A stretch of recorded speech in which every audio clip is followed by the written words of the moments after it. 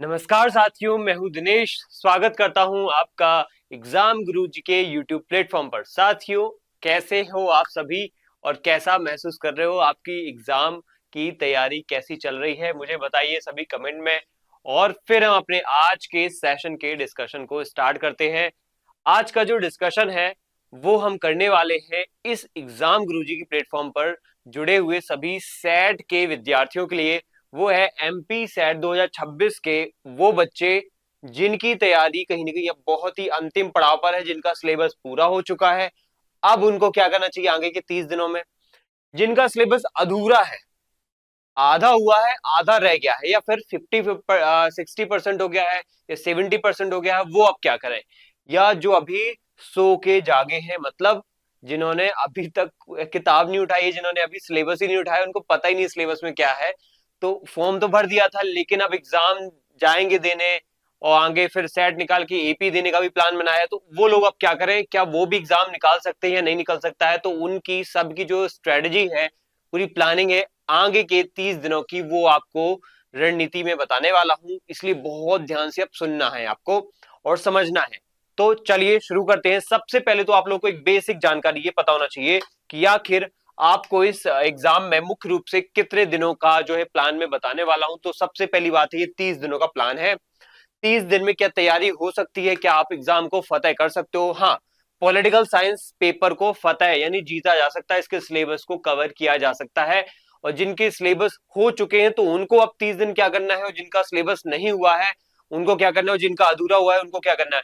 तीनों की स्ट्रेटजी अलग अलग है। ऐसा नहीं है कि मैं बस एक ही स्ट्रेटजी बता दूं तीनों के लिए काम कर जाए, नहीं।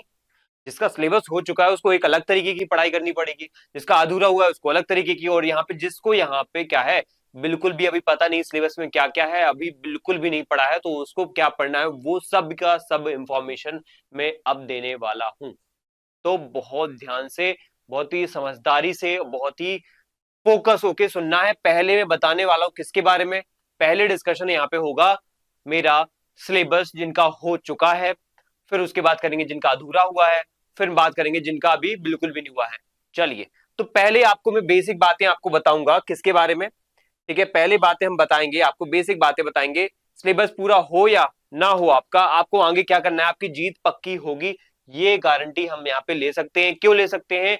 क्योंकि हम आपको कुछ बीच में ऐसे कंटेंट, ऐसी चीजें भी प्रोवाइड कराएंगे जिसके माध्यम से अगर आपने वो तैयारी कर ली तो डेफिनेटली आपकी तैयारी जो है एग्जाम लेवल की हो जाएगी। चलिए देखते हैं यहाँ पे। सबसे पहले बेसिक बात तो यही है कि आप हमारा एक व्हाट्सएप ग्रुप है उसको ज्वाइन कर लो। इसी वीडियो के डिस्क्रिप्शन में व्हाट्सएप ग्रुप, टेलीग्राम ग्रुप का लिंक दिया गया है, ज्वाइन कर लो फटाफट। अदरवाइज हमारी जो बेसिक इंफॉर्मेशन है, हमारा जो कंटेंट है वो आपको नहीं मिल पाएगा। तो यहां से आके ज्वाइन कर लो, फिर उसके बाद बेसिक इंफॉर्मेशन स्टार्ट करते हैं। सबसे पहले तीन बातों को आपको गांठ बांध लेना है। तीन बातों कौन सी आपको गांठ बांध लेना है यहाँ पे? तीन बातें कौन सी ऐसी? देखो, सबसे महत्वपूर्ण यहाँ पे तीन बातें जो हम यहाँ पे डिस्कस करेंगे वो है यहाँ पे कि आपको पेपर वन को यहाँ पे भूलना नहीं है, ठीक है। और साथ में एक नई किताब और जो है इन सबको नहीं उठाना है। अब देखो, नई किताब नहीं उठाना है मतलब क्या? जैसे मैं आप अगर आपको बोलूं कि आप जो है पेपर वन की तैयारी कर रहे हो, पेपर वन टू की तैयारी कर रहे हो, ठीक है, समझ में आता है कि पेपर वन और पेपर टू दो पेपर होते हैं एमपी सेट एग्जाम में। पेपर वन होता है कॉमन सबका, और पेपर टू जो है सबका सब्जेक्ट अलग अलग होता है ना।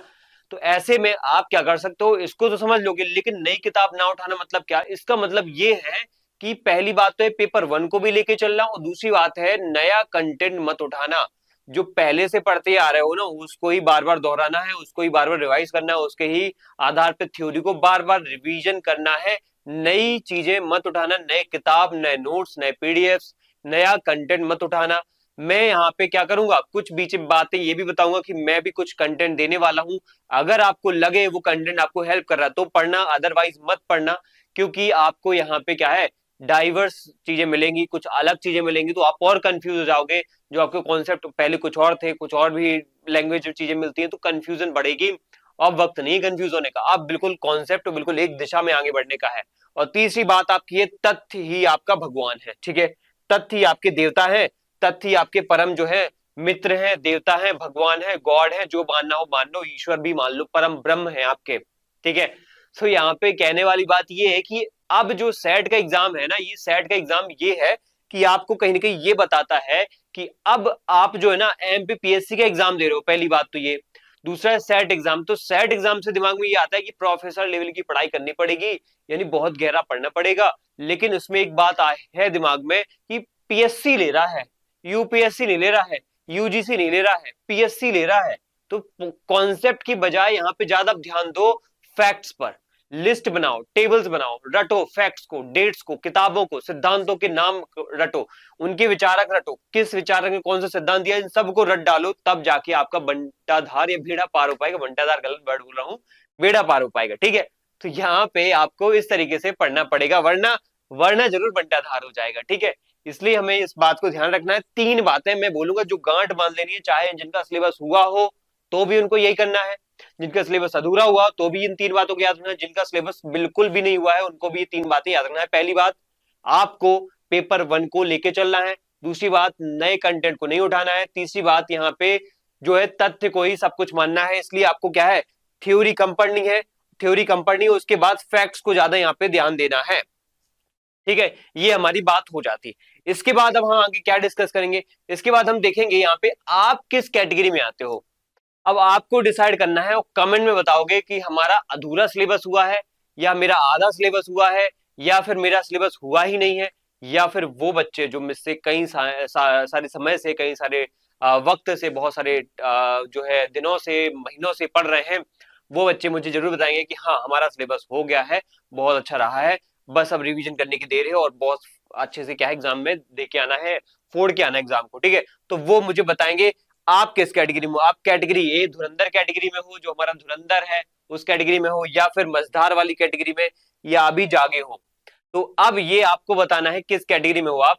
आपको यहाँ डिसाइड करना हो, बताओगे मुझे, उसके बाद फैसला लेंगे कि आपके साथ करना क्या है, ठीक है। तो ग्रुप में जुड़ जाओ और सभी यहाँ पे मुझे बताना कि हाँ मैं इस कैटेगरी में हूँ, सर मुझे सजेस्ट कीजिए मैं क्या करूँ। वैसे तो मैं यहाँ सब कुछ बता दूंगा, एवरीथिंग। इनके लिए पहले डिस्कस करेंगे, फिर इनके लिए डिस्कस करेंगे, फिर इनके लिए डिस्कस करेंगे, ठीक है। सबसे पहले उनके लिए डिस्कस करते हैं जो यहाँ पे क्या है धुरंधर कैटेगरी वाले हैं। वो एक बेसिक पहले इंफॉर्मेशन देता हूं, वो है हमारे उन विद्यार्थियों के लिए जो अभी अधूरे सिलेबस पर अटके हुए हैं, जिन्होंने सिलेबस नहीं किया है, जो मेरे से पढ़ चुके हैं पहले लेकिन उन्होंने नोट्स नहीं लिए हैं। तो चाहो तो अब देखो डेली टारगेट लेने वाला काम तो रहा नहीं उतना। अब अगर आपको रिवीजन नोट्स चाहिए हो, कुछ ऐप से एमसीक्यू लगा करके आपको क्या है तैयारी को और आगे बढ़ाना है, एडवांस करना है, थोड़ा सा और गहराई में जाना है, तो आप ये ज्वाइन कर सकते हो। इसके माध्यम से मैं क्या करूंगा, आपको नोट्स दे दूंगा। अब आप यहाँ पे प्राइस देख रहे हो 996, तो ये 996 अगर आपको डिटेल में पूरा कोर्स चाहिए तो मिल जाएगा। इस नंबर पर कॉल कर सकते हो। अगर आपको ये 996 में नहीं, सिर्फ नोट्स चाहिए हो, कुछ कंटेंट चाहिए हो, तो हम आपको कम में दे देंगे। लगभग आपको 500 से 600 के लगभग यहाँ पे प्राइस कर दूंगा मैं, जैसे भी आपको यहाँ पे जरूरत पड़ेगी। लगभग हम 500 में प्रोवाइड करा देंगे, आपको पीडीएफ नोट्स मिल जाएंगे। इसमें हम आपको जो है एमसीक्यूज वगैरह भी और प्रोवाइड करा देंगे, जैसे आप इंस्टेंट रिवाइज कर सको, इंस्टेंट प्रैक्टिस कर सको क्वेश्चंस की, एमसीक्यूज की, ठीक है। इसलिए मैं बोल रहा हूँ 500 तक में हम इसको प्रोवाइड आपको करा देंगे, ठीक है। तो ये चीज आपको अब क्या है इन 30 दिनों में करना है, अदरवाइज वक्त निकल जाएगा तो सेट रह जाएगा, और सेट रहेगा तो एपी भी देने नहीं मिलेगा। तो एपी का सपना अगर पूरा करना है तो सेट निकाल लो, वक्त है 30 दिन भी। अब मैं जो बोल रहा हूँ ना, इसलिए मैं 30 दिन का ये टाइम लेके आया हूं, और 30 दिन की स्ट्रेटेजी जो है ना बहुत कारगर सिद्ध होगी, ठीक है। ऐसे में इसलिए इसको ध्यान से आपको क्या करना है, पूरा करना है, उसको फॉलो करना है। अब हम पहले धुरंधर बच्चों की बात करें तो वो है रणनीति ए वाले बच्चे, रणनीति कैटेगरी ए वाले बच्चे, जिनको हम यहाँ पे कुछ बातें बोलेंगे उनको बिल्कुल रट लेनी है, उनको दिमाग में बैठा लेनी है, उसी के अकॉर्डिंग आगे 30 दिन पढ़ना है। चलिए समझते हैं उनके लिए क्या है बात। सबसे पहली बात है उनको हमेशा स्पीड पे ध्यान देना है और रिवीजन पे ध्यान देना है। उनको स्पीड बना के रखनी है अपनी पढ़ाई की भी, अपने क्वेश्चंस प्रैक्टिस के भी, और अपने रिवीजन के भी, ठीक है। साथ में उनको एक उल्टा चलने वाली प्रक्रिया बताऊंगा मैं। उल्टा चलना है उनको, अब उनको सीधा नहीं चलना है, उनको पीछे चलना है। कैसे? सबसे पहले आप लोगों को क्या करना है, बार बार टेस्ट देना है, ठीक है। सबसे पहले भी बोलूंगा मैं टेस्ट दो, फिर उसके बाद आप क्या करो, थ्योरी पढ़ो, ठीक है। मैं बोलूंगा सबसे पहले टेस्ट दो, फिर उसके बाद थ्योरी पढ़ो। मतलब ये कि पहले टेस्ट दे दिया उसके बाद थ्योरी पढ़ा, मतलब ये कि टेस्ट देने के बाद जो जो बीच में कमियां आए, जो जो गलतियां निकले, क्वेश्चंस लगाते वक्त एक क्वेश्चन लगाया उदारवाद पे, कोई कमी नहीं निकली, लेकिन एक क्वेश्चन लगाया मार्क्सवाद पे, तो बीच में एक कमी दिख गई, यार मार्क्सवाद का तो ये सिद्धांत पढ़ा ही नहीं है, तो तुरंत थ्योरी पे चले जाओ। इंस्टेंट, ठीक है। अब ये बीच में नहीं कि 2 क्वेश्चन लगाए फिर थ्योरी पढ़ने लगे, 2 क्वेश्चन लगाए फिर थ्योरी, पूरा 50 या 100 क्वेश्चन का पेपर लगाओ, टेस्ट लगाओ, टॉपिक वाइज अगर टेस्ट है 40 क्वेश्चन 50 क्वेश्चन का जो मैं दूंगा आप लोगों को, उसको लगाओ, फिर उसके बाद थ्योरी पढ़ो, उसके बाद थ्योरी पढ़ो, उनको आइडेंटिफाई कर लो, ये गलत हुआ था, ये मार्क्सवाद गलत हुआ था, ये उदारवाद का गलत हुआ था, ये बहुसंस्कृतिवाद का टॉपिक गलत हुआ था, ये तुलनात्मक राजनीति का ये वाला टॉपिक से क्वेश्चन गलत आया था तो वो गलत हुआ था, तो ये फिर क्या करो आप इसको लगा लो। अब कुछ बच्चे होते हैं सर हमें तो पता ही नहीं चलता किस टॉपिक से पूछा गया, ये भी तो एक दिक्कत है, फिर कौन सा टॉपिक पढ़े, हमें तो सब मिक्स क्वेश्चन, हमें सब अच्छे वैसे लगते हैं कि सब एक जैसे क्वेश्चन है, कहीं विचारधारा क्वेश्चन भी हमें लगता है थिंकर वाला है, थिंकर वाला लगता है विचारधारा क्वेश्चन है, तो ऐसे में मैंने टॉपिक वाइज आपको क्या दिए हैं, एमसीक्यूज दिए हैं, कि टॉपिक पता रहेगा उसके ऊपर ही लिखा रहेगा ये टॉपिक है, उसके एमसीक्यूज है, तो आपको अगर उसके टॉपिक के एमसीक्यूज बन रहे हैं तो उसकी थ्योरी मत पढ़ो, अगर टॉपिक के एमसीक्यूज नहीं बन रहे तो थ्योरी पढ़ लेना, यानी सबसे पहले क्या करना है, क्वेश्चंस लगाना है, फिर उसके बाद आपको थ्योरी पढ़नी है। दूसरी बात है यहाँ पे हम करेंगे किसके लिए, दूसरी बात हम करेंगे यहाँ पे डेली टारगेट्स वालों के लिए, डेली टारगेट्स वालों के लिए क्या है यहाँ पे व्यवस्था, डेली टारगेट्स वालों के लिए व्यवस्था हमने ये रखी है कि वो यहाँ पे रोज 2 फुल लेंथ टेस्ट यहाँ पे दे और मॉक टेस्ट लगा, जो हमारे बच्चे डेली टारगेट्स वाले हैं जिन्होंने मेंटरशिप प्रोग्राम ज्वाइन कर रखा है, तो उनको भी दिमाग में ये रखना है कि उनको डेली टारगेट्स के माध्यम से क्या करना है, टॉपिक वाइज क्वेश्चन चीजें पढ़ना है साथ में, लेकिन अब वो ध्यान दें रोज फुल लेंथ टेस्ट लगाएं, ठीक है। हमने उनको टेस्ट सीरीज भी ऐप में प्रोवाइड करा दी है, तो वो फुल लेंथ टेस्ट लगाना शुरू कर दें, और मॉक टेस्ट वो लगा सकते हैं, पीडीएफ ऑलरेडी उनको मिल चुके हैं। गैप ढूंढना है आप लोगों को, जिनका सिलेबस हो चुका है आपको पकड़ना है कि गैप कहाँ है, प्रॉब्लम्स कहाँ से है, ठीक है। जिस यूनिट के सवाल गलत हो बस उसी टॉपिक को कहीं ना कहीं आपको बार बार क्या करना है, पढ़ लेना है उसको, अगर जरूरत पड़े तो लिख ही लो अब उसको, बार बार गलत हो रहे हैं यार, एक बार हो गलत तो बात अलग है, बार बार गलत हो रहे हैं तो एग्जाम में भी गलत होने के चांस रहेंगे, तो ऐसे में उसको आप नोट डाउन कर ही लो, एक पेज में लिख लो, 2 पेज में उसको समाहित कर लो, फिर उसको बार बार पढ़ो, बार बार पढ़ो, कभी नहीं भूलेगा, ठीक है। वो टॉपिक आपका सबसे सिंपलेस्ट टॉपिक बन जाएगा। चलिए इसके बाद और क्या करना है, मूल मंत्र आपको एक फॉलो करना है, वो नया पढ़ने के बजाय पुराने को ही आपको ज्यादा पक्का करना है, वहां से ही नंबर आपके जो है सबसे ज्यादा मिलेंगे या वहीं से नंबर खींचेंगे, ठीक है। तो आपको पुराना ही पढ़ना है, नया कुछ मत उठा लेना, क्योंकि सिलेबस आपने पूरा कर लिया है, आपको कॉन्फिडेंस आ चुका है, इसको ओवर कॉन्फिडेंस में भी कन्वर्ट मत होने देना, या आपको कॉन्फिडेंस आया तो आपको ओवर कॉन्फिडेंस हो जाए और आप उस ओवर कॉन्फिडेंस के चक्कर में कुछ भी पढ़ना यहाँ पे क्या है, यहाँ पे गला, या फिर कुछ पढ़ना बंद कर दो, या फिर बहुत ही हल्के लेवल पे पढ़ना शुरू कर दो, हल्के लेवल पे नहीं गहराई में जाएंगे, है ना, वही पढ़ेंगे जो पढ़ रखा है, गहराई में जाएंगे, गैप ढूंढेंगे, बार बार रिवाइज करेंगे, पहले टेस्ट देंगे फिर थ्योरी पढ़ेंगे, ये दिमाग में रखना है। इसके बाद अब देखो, अब पढ़ना बंद करना है, परखना शुरू करना है, वही बात है। अब इसको और डिटेल में समझते हैं, आपको करना क्या है, 30 दिनों में 100% एक्यूरेसी वाला और स्पीड वाला दिमाग में लेके चलना, जिनका सिलेबस हो चुका है उनको बार बार चीजें मैं बोलूंगा, देखो गलतियां आपकी अभी भी होंगी, ऐसा नहीं है, गलतियां सिलेबस पूरा होने वाले बच्चों की भी होंगी, तो उनको अब ध्यान ये देना है कि एक्यूरेसी आए, गलतियां आप कम हो, स्पीड भी अब तेज हो, क्योंकि आपको 3 घंटे में 150 प्रश्न करने हैं, उसमें पेपर 1 भी है जो सबसे ज्यादा टाइम लेता है, 50 क्वेश्चन है उसके, उसमें मैथ्स है, रीजनिंग है, बहुत टाइम खाता है ये, ठीक है। उसके बाद आपको उसी टाइम में 3 घंटे के टाइम में 100 क्वेश्चन इसके भी करने हैं, पॉलिटिकल साइंस के, ठीक है। तो ऐसे में 3 घंटे कैसे यूटिलाइज हो आपके, वो आपको दिमाग में रखना है, और 100% एक्यूरेसी के साथ और फुल कॉन्फिडेंस के साथ, ना कि ओवर कॉन्फिडेंस के साथ आपको काम करना है। ओवर कॉन्फिडेंस मत रखना, बहुत दूर रखना कि हमने पूरा कर लिया है, हम तो हो गए अब तो सफल, हमारा हो जाएगा एग्जाम क्लियर, ऐसा मत सोचना। पूरा होने के बाद सिलेबस आपको याद होगा या नहीं होगा इसकी गारंटी नहीं है ना, ये भी तो एक बहुत बड़ी प्रॉब्लम है। अगर मान लो सिलेबस हो गया है पूरा तो इसका मतलब ये नहीं होता है कि आपको याद ही हो गया है, आप एग्जाम में सही करके आओगे, ठीक है, तो ये दिमाग में क्लियर कर लो। एक और बात यहाँ पे आप कर लो कि इन चीजों में आपने परख लिया, पहली बात आपने एक्यूरेसी में परख लिया कि हाँ मैं जो कर रहा हूँ, जो मैंने पढ़ लिया है वहां से गलत हो रहे हैं कि सही हो रहे हैं, अगर गलत हो रहे हैं तो आपने अपने आप को परख लिया कि आपका सिलेबस हुआ है जरूर, लेकिन आपको चीजें समझ नहीं आई हैं, चीजें समझ नहीं आई हैं अभी आपको, सिलेबस जरूर पूरा हुआ है, तो इसलिए एक्यूरेसी पे ध्यान देना, वो देना है कैसे, पहले टेस्ट लगा के फिर थ्योरी पढ़ के, उसके बाद स्पीड को बढ़ाना देना है, बढ़ाना है, ऐसा नहीं है कि आप एक क्वेश्चन पढ़ो उसमें 5 मिनट 10 मिनट उसमें सोचने में लगा दो, तो इसे स्पीड को ध्यान देना है। उसके बाद ओवर कॉन्फिडेंस नहीं रखना है। उसके बाद याद रखने वाली चीजों को आपको ध्यान दिमाग में रखना है कि याद मुझे करना है, मेरी पहली प्रायोरिटी क्या है, याद करना है। अगर कोई क्वेश्चन आता है मुझे उससे रिलेटेड अगर फैक्ट्स याद नहीं है तो पूरे फैक्ट्स की एक लिस्ट बना लूंगा और फिर उस चीज को क्या करूंगा, याद करूंगा, ठीक है। इसके बाद आता है सबसे बड़ा बदलाव, रिवर्स लर्निंग अपनाना है आपको।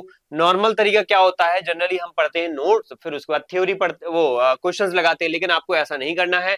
आपको यहाँ पे तरीका ये अपनाना है, टेस्ट लगाओ, फिर विश्लेषण करो, फिर आपको कमजोर टॉपिक को पढ़ना है। मतलब क्वेश्चंस, फिर उसका क्या करना है, एनालिसिस, फिर उसके बाद थ्योरी।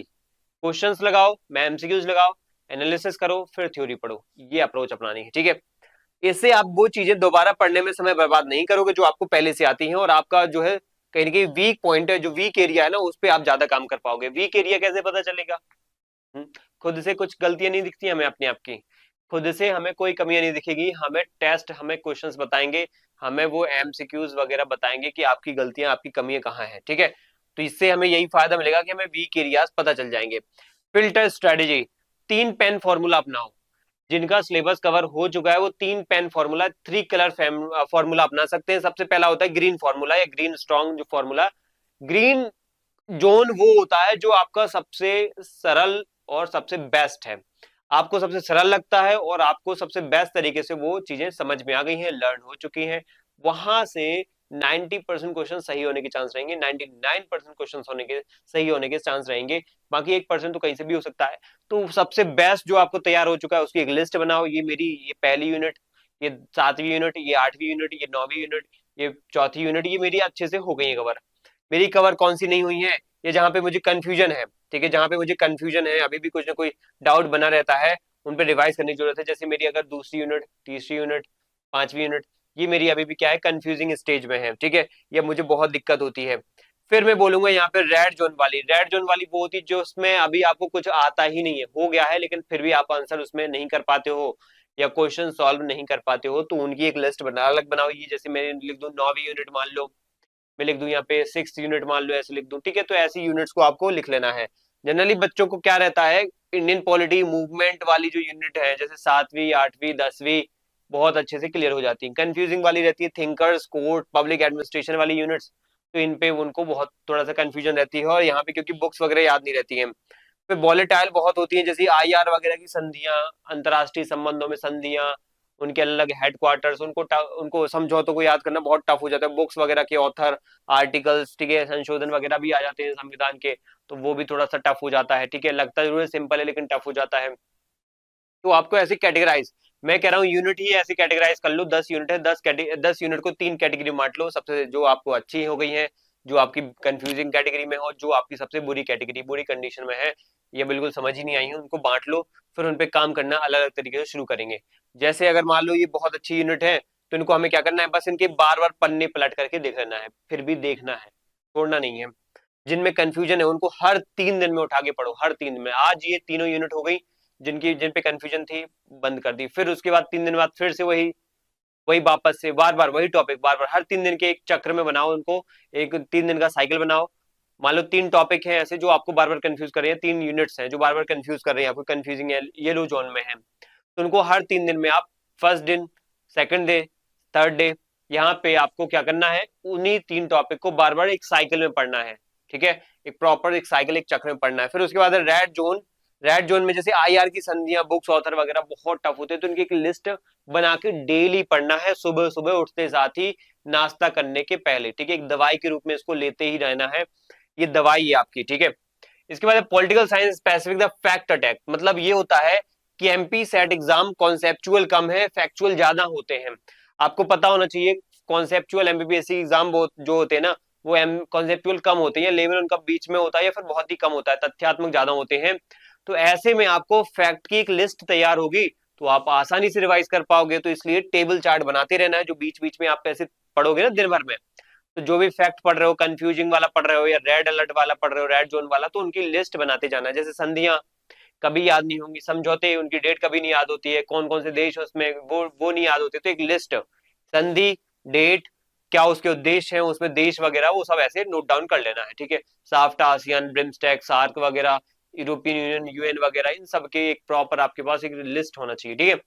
वर्तमान अध्यक्ष वगैरह उनके, तुलनात्मक राजनीति वगैरह की जो सिद्धांत थे, इनके भी आप सिद्धांत, उनके प्रतिपादक, उनकी किताबें, उनके रचनाकार, लेखक, इन सबको भी आप लिख सकते हो।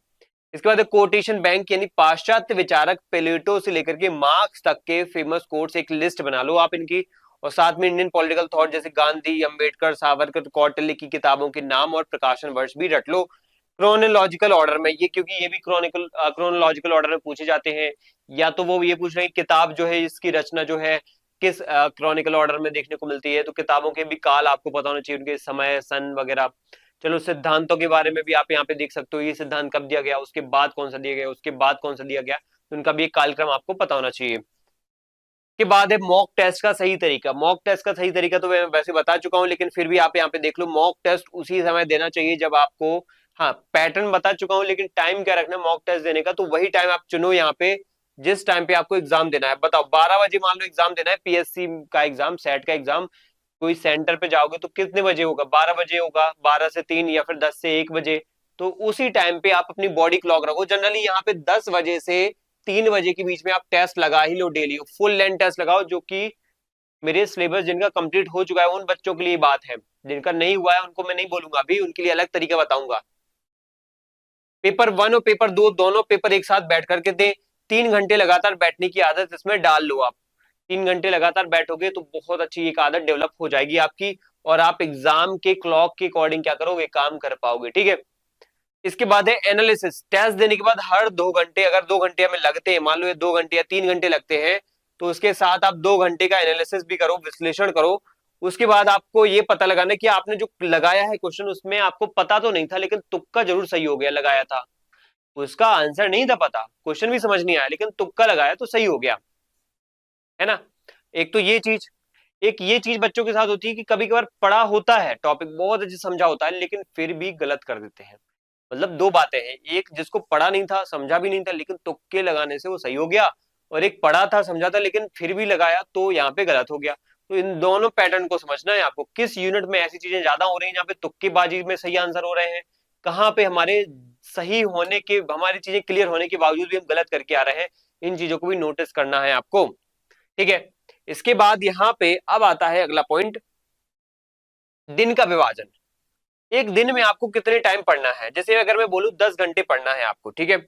अगर आप 10 घंटे पढ़ते हो तो आपको लगभग उसमें 4 घंटे पढ़ना है अलग कैटेगरी में, 4 घंटे अलग कैटेगरी में, और 2 घंटे अलग कैटेगरी में। कैसे, समझिए इसको। 4 घंटे के लिए आपको यहाँ पे सबसे पहले सुबह उठते साथ ही आपको यहाँ पे क्या करना है, या सुबह उठते साथ ही जैसे रिवाइज तो कर ही लो, लेकिन उसमें से 4 घंटे आपको, चाहे वो सुबह के हो चाहे दोपहर के हो, पीवाईक्यूज में जाना चाहिए। मुझे ये नहीं पता वो कब दे रहे हो, लेकिन देना है आपको, ठीक है, यानी टेस्ट में देना है। ओवरऑल वो चाहे सुबह दो, शाम को दो, दोपहर को दो, जब आपको सही लगे, लेकिन दो। उसके अलावा बाकी 4 घंटे आप टेस्ट में जो गलत हुआ है उसको आप कहीं ना कहीं डिटेल को पढ़ने में दो, ठीक है। जो टेस्ट में चीजें, मतलब 4 घंटे में आपने टेस्ट लगाया, जैसे 3 घंटे में टेस्ट लगाया, 1 घंटे में एनालिसिस कर लिया, ठीक है। उसके बाद बाकी के 4 घंटे में आप उसी पूरे टॉपिक को पढ़ डालो, उसके छोटे छोटे लिस्ट बना डालो, ठीक है। 2 घंटे यानी 20% का टाइम जो है ना, वो आपको देना है वापस से पेपर 1 में, मैथ, रीजनिंग, टीचिंग एप्टीट्यूड, ये सब को पढ़ने में, इनके टेस्ट लगाने में। इनके कुछ क्वेश्चन 15-20 क्वेश्चन डेली लगाना है, 30 क्वेश्चन, 50 क्वेश्चन, जितने लगा लो। 50 क्वेश्चन बोलूंगा वही टाइम रखो, 50 क्वेश्चन इसके पेपर 1 के, और 100 क्वेश्चन पेपर 2 के, 150 क्वेश्चन हो गए। इससे दोनों आपके जो है पेपर होते चलेंगे साथ में, फिर उसी के बाद आप उसकी थ्योरी पढ़ लो जो क्वेश्चंस गलत हुए हैं, ठीक है। इसके बाद है आखिरी 7 दिन का माइक्रो प्लान। इसमें क्या करना है आखिरी 7 दिन के लिए, देखो आखिरी 7 दिन के लिए डे 23, 25 आपको यहाँ पे लास्ट, मतलब मान लो जैसे आखिरी के 7 दिन जो है बचे हैं आपके एग्जाम के, जैसे 23वां दिन या 24वां दिन या 25वां दिन चल रहा है, तो ऐसे में सिर्फ आप छोटे छोटे नोट्स पढ़ना, वन लाइनर्स पढ़ना शुरू कर दो। यहाँ पे अब डिटेल में मत ही उठा लेना कुछ भी। आप अगर 26वीं, 27वीं, 28वीं दिन में हो अब, तो आप पिछले 5 साल के पेपर को फिर से पढ़ डालो, उनके सवाल क्योंकि रिपीट हो जाते हैं, इसलिए फिर से उनके पेपर्स को पढ़ डालो, जो सेट 22 में हुआ है, 24 में हुआ है, 17 में हुआ है आसपास, 17, 16, 17 के आसपास, उनको फिर से दे डालो।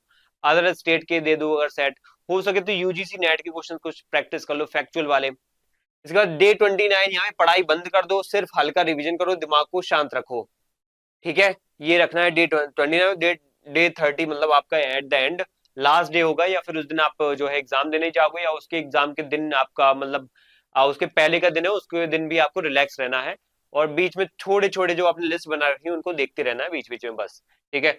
तो बढ़िया रिलैक्स होके जाएंगे एग्जाम देने, तो ये हमारा पैटर्न रहेगा। कड़वा सच में बताऊंगा, सिलेबस पूरा होने का मतलब ये हमेशा हम बच्चे दिमाग में रखते हैं कि हमारा यहाँ पे अब सिलेक्शन पक्का है, और अब तो हमारा सब कुछ होने वाला है, लेकिन ऐसा नहीं है। एग्जाम का अगर सिलेबस हो चुका है तो इसका मतलब ये नहीं होता है सिलेबस होने से आपका एग्जाम क्लियर ही हो जाएगा। सिलेबस हो गया है, ठीक है, अच्छी बात है। अब उसको रिफाइन करो, प्रैक्टिस करो और बेस्ट बनाने की कोशिश करो, तब जाके सिलेक्शन होने की चांस बढ़ेंगे। ये नहीं बोलो सिलेक्शन हो ही जाएगा, ठीक है। सिलेक्शन उसका होगा जो एलिमिनेशन मेथड को सही तरीके से यूज करेगा, इस्तेमाल करेगा। एलिमिनेशन मेथड मतलब चीजों को हटाना, चीजों को हटाने की तरीके। मतलब इसमें ये होता है कि चीजों को आपको क्या है, गलत पकड़ना आना चाहिए। होता है ना कि अगर हमें सही पता ना हो, जब किसी विकल्प का, क्वेश्चन का हमें सही विकल्प ना पता हो, तो ये पता जरूर होना चाहिए कि गलत कौन सा है इसमें। ये तो नहीं होगा। अगर क्वेश्चन है उदारवाद को लेकर के, तो उसमें अगर मान लो ऐसे विचारक का नाम लिखा है जो कि उदारवाद से जुड़ा नहीं है, तो आपको वो जरूर पता होना चाहिए कि ये तो नहीं है, ये तो नहीं है। फिर उसके बाद आप ऐसे करके सभी को छांट करके आप अंतिम सही उत्तर पे पहुंचो, ठीक है। हर सवाल का को ईगो पर नहीं लेना है, ठीक है। जब एग्जाम दे रहे होगे ना आप, तो ईगो पर नहीं लेना है, जरूरत पड़े तो छोड़ देना है, लेकिन अगर माइनस मार्किंग नहीं है तो क्यों छोड़ना है, अंतिम रूप से तुक्का तो मार के आना ही है, ठीक है। ये चीज है। तो ये हमारा डिस्कशन हो जाता है। यहाँ पे आपको एक स्पीड के लिए बोलूंगा बार बार कि आपका मंत्र हमेशा अब जो 30 दिन का होना चाहिए, बार बार मैं यही बोलूंगा, स्पीड और एक्यूरेसी का होना चाहिए। स्पीड और एक्यूरेसी को लेकर के मैं बार बार बोल रहा हूँ कि स्पीड बढ़ाओ, मतलब पढ़ने की स्पीड और क्वेश्चंस आंसर लगाने की स्पीड बढ़ाओ, ठीक है। इसके बाद एक्यूरेसी पे ध्यान दो, ठीक है। तो दो बातें हैं, स्पीड और एक्यूरेसी पे ध्यान देना है। अगर गति और सटीकता रही तो एग्जाम बिल्कुल डेफिनेटली निकलने वाला है, ठीक है। तो ये हमें करना है। इसके बाद हम आप पे बताएंगे, आप बताएंगे दूसरी कैटेगरी के बच्चों को, ठीक है। दूसरी कैटेगरी के बच्चों को हम आप समझेंगे, ठीक है। दूसरी कैटेगरी के बच्चे यहाँ पे जो है वो कौन से होंगे, वो हो जाएंगे यहाँ पे कैटेगरी बी वाले, यानी कि जिनका सिलेबस जो है आधा अधूरा वाला है, कॉन्फिडेंस हिल रहा है उनका। मेरे ऐसे बच्चे, मेरे ऐसे भाई, मेरी ऐसी बहन है जो यहाँ पे बीच मझधार में पड़े हुए हैं, ठीक है। नाव में बैठे थे, नदी पार करनी थी, लेकिन लगा नदी तो आसानी से पार हो जाएगी, लेकिन नदी निकली गंगा नदी, नदी निकली ब्रह्मपुत्र, बहुत चौड़ी नदी है। तो बीच में पार करते करते करते करते थक गए। अब लग रहा है वापस चले जाएं, ठीक है। तो वापस तो जाएंगे तो मतलब ही नहीं है। अब ऐसा है, इससे अच्छा है कि आगे ही निकल जाते हैं, कोशिश करते हैं, ट्राई करते हैं कि स्लेब ये नदी पार हो जाए। नहीं भी होगी तो एट द एंड कहीं ना कहीं कुछ ना कुछ तो सीखने को मिलेगा, ठीक है। जिस दिन एग्जाम में उतरेंगे, जिस दिन वाकई नाव से उतर करके हम बड़ी नाव पे जाएंगे, या कोई ना कोई बड़ा एग्जाम देंगे, दूसरा नेट का एग्जाम देंगे, तो जरूर इस एक्सपीरियंस, इस अनुभव की जरूर हमें जो है एक जो अच्छी जो परिणाम है और जो फल है, इस कर्म का जो अच्छा फल है वो जरूर मिलेगा, ठीक है। तो जून में जो अब आपका नेट अगर फ्यूचर में देने वाले हो जून महीने में, तो उसमें जरूर इसका परिणाम अच्छा मिलेगा आपको, ठीक है। तो बंटाधार मत करो, बेड़ा पार करो, ठीक है। फिर उसके बाद बात करेंगे हम यहाँ पे कैटेगरी तीसरी वाली की। देखो इसमें बी कैटेगरी वाले बच्चों के लिए यहाँ पे आधा सिलेबस जिनका हुआ है, यहाँ पे उनको भी मैं यही बोलूंगा, सब कुछ पढ़ने की अब उनको जिद छोड़ देनी चाहिए, क्योंकि आपका सिलेबस नहीं हुआ है पहली बात। तो दिमाग में आ रहा होगा बार बार, है ना, उत्सुकता पैदा हो रही है, उछल रहा होगा अंदर से दिमाग, या अंदर से जो है भावनाएं उछल रही होंगी, पूरा करते हैं सिलेबस, अब फोड़ डालेंगे, सिलेबस ही खत्म कर डालेंगे, कुछ नहीं बचेगा, सब पढ़ डालूंगा। अरे सेट एग्जाम इतना अथाह उसमें है, यूपीएससी ऑप्शनल में भी इतना कंटेंट नहीं है जितना सेट में है, इतना पढ़ने को है, ठीक है। तो अब आपको यहाँ पे ये जिद छोड़ देनी है कि सब कुछ पढ़ लूंगा मैं, यहाँ पे नंबर कौन दिलाएगा वो देखो यहाँ पे। अब आपको बोल दिमाग में आएगा सर नंबर तो 10 यूनिट में है, चाहे वो पेपर 1 की हो चाहे पेपर 2 की हो, सबसे बराबर बराबर आना है, ठीक है। तो यहाँ पे मैं बोलूंगा कि कुछ बातें आपको ये है कि जैसे आपने आधा पढ़ लिया है, ठीक है, अगर सही खेला तो जीत पक्की, ठीक है। अगर आपने चीजों को आधा कर लिया है और आधा रह गया है, तो मैं उसमें कुछ बातें जो बताऊंगा वो आपको बहुत जरूर तक यहाँ पे सफल या जीत दिला देगी। आपको एक लक्ष्य बनाना है सबसे पहले तो। लक्ष्य 100% सिलेबस को आपको कवर नहीं करना है, पहले तो पहले ही दिमाग में क्लियर कर दो, 100% सिलेबस कवर करना नहीं है। तो ये क्या लक्ष्य हुआ सर, आपको बस बल्कि 70 से 80% सिलेबस को 100% एक्यूरेसी के साथ करना है, ठीक है। जो भी पढ़ रखा है उसमें ही बेस्ट लाने की कोशिश करो, ठीक है। उसके बाद जो समय बचेगा ना, वो उस पे जाएंगे जो आपका छूट गया है, ठीक है।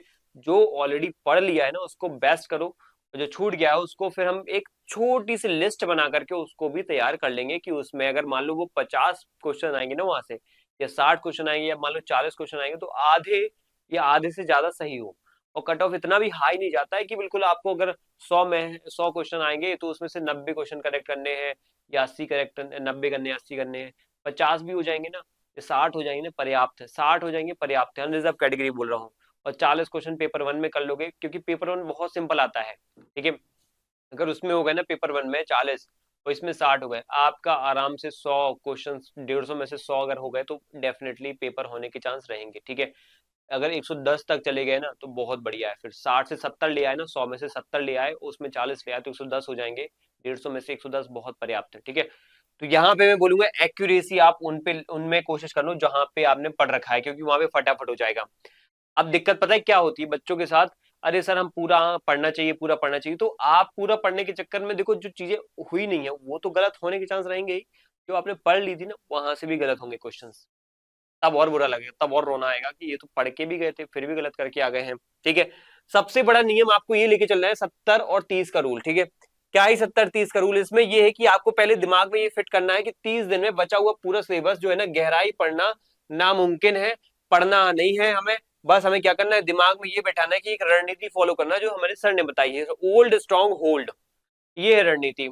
Old strong hold, new territory and drop it, ये 3 फॉर्मूले हैं जो मैं मानता हूं कि यहाँ पे अधूरे बचे हुए सिलेबस को, चाहे किसी भी एग्जाम में आप बैठे हुए हो, आपको अधूरे सिलेबस को कैसे 30 दिन में पूरे करना है, तो ये 3 तरीके अपनाना है, 3 स्ट्रेटजी अपनाना है, old strong hold, new territory and drop it. Means ये होता है कि जो पढ़ चुके हो ना उसे लॉक कर दो, उसे और इतना फाइन कर लो, इतना रिवाइज कर लो कि वहां से गलतियां ना हो।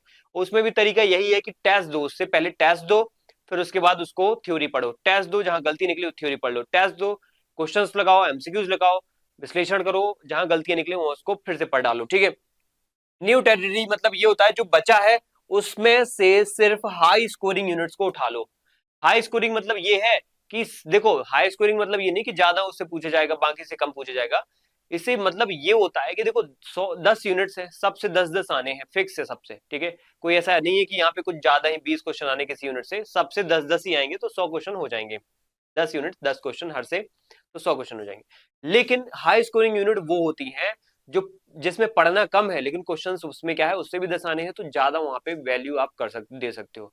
अब जिस यूनिट में मान लो 200 पेज पढ़ने हो, क्वेश्चन आएंगे 10, तो क्या वो वर्थ इट है? और जिस यूनिट से सिर्फ 50 पेज पढ़ने हैं उससे आपको क्वेश्चन आएंगे 10, तो ये है हाई स्कोरिंग यूनिट, ठीक है।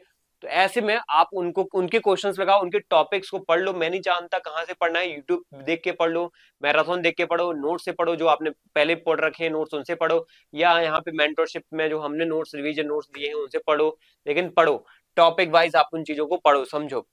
और ड्रॉप इट मतलब ये है कि यहाँ पे वो जो बहुत कठिन है, लंबा है, जैसे एब्स्ट्रैक्ट पॉलिटिकल थ्योरी, सिर्फ ऊपर ऊपर से उनको पढ़ लो।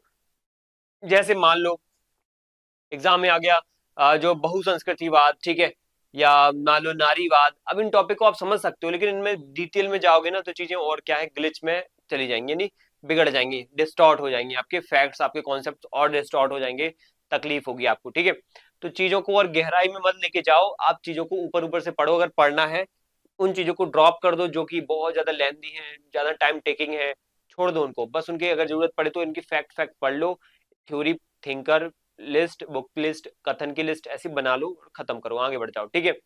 ज्यादा ये प्रॉब्लम जैसे अगर मैं बोलूँ तो पबएड में होती है, कुछ बच्चों को थिंकर्स थ्योरीज वगैरह उनकी नहीं पता रहती, तो उनमें आप ड्रॉप इट कर सकते हो। स्टेप 1, स्टॉप एंड लॉक, पहले जो पास है उसे बचाओ, मतलब ये है कि प्रॉब्लम अक्सर नया पढ़ने के चक्कर में पुराना साफ हो जाता है, अगले 5 दिन कोई नया टॉपिक ना पढ़े, ये दिमाग में रखना। टास्क हमारा ये होना चाहिए जो 50% सिलेबस आप पढ़ चुके हो ना उसका रिवीजन करो, उसके एमसीक्यूज लगाओ, और तब उसमें कॉन्फिडेंस ना आए तब तक आगे ना बढ़ो और आपके मार्क्स का बेस हो। देखो यहाँ पे भी आपको वही फॉलो करना है, टेस्ट देना है सबसे पहले, उसके बाद यहाँ पे क्या करना है, आपको एनालिसिस करना है, टेस्ट देना, फिर उसके बाद एनालिसिस करना, उसके बाद यहाँ पे क्या करना, आपको थ्योरी पे जाना है। ये इसलिए क्योंकि थ्योरी बहुत बड़ी अथाह है और थ्योरी में अनावश्यक चीजें पढ़ते रहते हैं हम वो पढ़े ना जो क्वेश्चन में पूछा गया है, जो पीवाईक्यू में पूछा गया है, टेस्ट भी आपको ज्यादातर पीवाईक्यू के लगाने हैं, पीवाईक्यू आधारित टेस्ट, ठीक है। कोई भी ऐसी वैसी चीजों संस्थाओं से मत लगा लेना जो भी अनावश्यक है, एआई वगैरह से डाल के बना के दे दिए हैं, ठीक है। आप प्रॉपर एमसीक्यूज लगाओ जो कि पीवाईक्यू पे बेस्ड है, जो क्वेश्चंस आ चुके हो। मैं तो यहाँ पे सबसे अच्छी सलाह दूंगा कि एमपीपीएससी की वेबसाइट से डाउनलोड कर लो टॉपिक, और अच्छी बात ये है कि वहां पे जो क्वेश्चंस पूछे गए ना, जो पेपर बने हैं अभी हाल फिलहाल में, वो टॉपिक वो यूनिट वाइज ही पूछे गए हैं। शुरुआत में जो पहला क्वेश्चन होगा या 10 क्वेश्चन होंगे शुरुआत के, वो पहली यूनिट से, बाकी ये 11 से 20 तक होंगे वो दूसरी यूनिट से। तो इस तरीके के एक सीक्वेंस में ही आपको क्वेश्चन वहां पे देखने को मिलेंगे। ठीक है, इसके बाद अब आता है अगला जो नाम है। ठीक है, स्टेप 2, सर्जिकल स्ट्राइक करो। क्या ना, क्या नया क्या पढ़े? सर्जिकल स्ट्राइक उन चीजों पे करो जो आपको यहाँ पे क्या है, हाई यील्ड यूनिट है। हाई यील्ड मतलब जो अच्छे नंबर दे दे, जिसमें आपको कम पढ़ना है, जैसे 7, 8 और 10 यूनिट। ये यूनिट कैसी है? ये इसमें इंडियन पॉलिटी वाली चीजें हैं। इसमें संविधान है, अनुच्छेद है, संशोधन है, राष्ट्रपति है, संसद है, देश की न्यायपालिका, सुप्रीम कोर्ट, हाई कोर्ट है, आपके अलग अलग आयोग है, निर्वाचन आयोग, कैग वगैरह, फिर उसके बाद जैसे पंचायती राज वगैरह, स्थानीय निकाय वगैरह की चीजें मिल जाएंगी। तो ये चीजें आप पढ़ लो, ये पहले भी पढ़ी होंगी, अब भी फिर से पढ़ सकते हो, यहाँ से भी उतने ही क्वेश्चन आएंगे। 8th यूनिट में आपको राजनीतिक प्रक्रिया मिल जाएंगी, राजनीतिक प्रक्रिया, वैश्वीकरण, निर्भरता, ठीक है, औपनिवेशिक शासन वगैरह में, भारतीय अर्थव्यवस्था में अलग जो योजनाओं का काल रहा है वो कैसे क्या रहा है, तो वैश्वीकरण को लेकर के, पहचान की राजनीति को लेकर के। ठीक है, तो इन सब चीजों को आपको 8th में पढ़ लेना है। 10th में आपको शासन सुशासन, उनकी योजनाएं वगैरह को पढ़ लेना है, लोकपाल लोकायुक्त वगैरह, बजट, भ्रष्टाचार वगैरह की चीजें आपको इसमें पढ़ लेना। बहुत सिंपल है, ज्यादा टफ नहीं है, कम समय लेती हैं, ज्यादा आपको स्कोर दे सकते हैं ये। इसके बाद आप यूनिट 6 को उठाओगे, जिसमें सिर्फ रटना है, तो रटने के लिए आप चीजों को लिस्ट बना लो, बहुत सही है।